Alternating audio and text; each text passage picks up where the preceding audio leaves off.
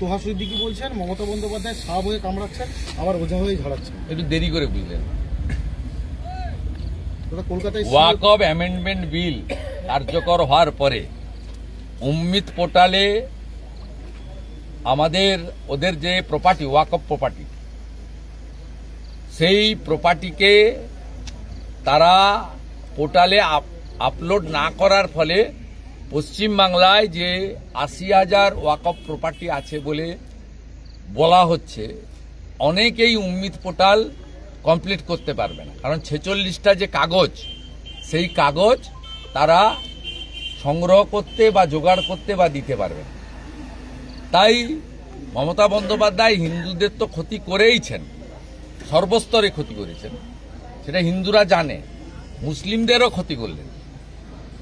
৫ মাস আগে ভারতবর্ষের সব রাজ্যে ভারত সরকারের ওয়াকফের উম্মিত পোর্টালে তাদের যে প্রপার্টি রয়েছে, মুসলিম প্রপার্টি বা ইসলামিক প্রপার্টি, তাদেরকে আপলোড করার কথা বলা হয়েছে। ৪৬টা ডকুমেন্ট সহ সব রাজ্য করেছে, এমনকি নন বিজেপি রাজ্য যারা আছে, কেরালা, তামিলনাড়ু, তারাও করেছে। পশ্চিমবঙ্গে মমতা ব্যানার্জি বলেছিল আমি এই রাজ্যে এটা করতে দেব না। তাই পশ্চিমবঙ্গে পরে ঠেলায় পড়ে ২৭ নভেম্বর নোটিফিকেশন করে বলেছে ৫ই ডিসেম্বরের মধ্যে করতে হবে।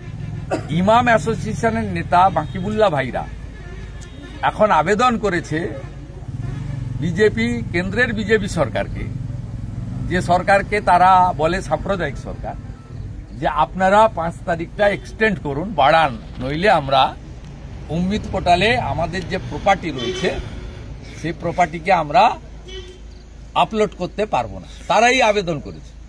আবেদনের কপি আমি নিজে আজকে দেখেছি, পেয়েছি।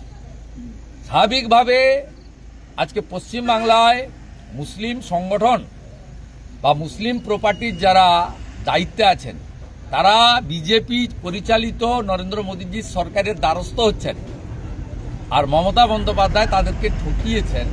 আজকে ৫ মাস আগে বললে তাদের যত মসজিদ, মাদ্রাসা, গোরস্থান যা যা ছিল সেগুলো তারা আপলোড করতে পারত।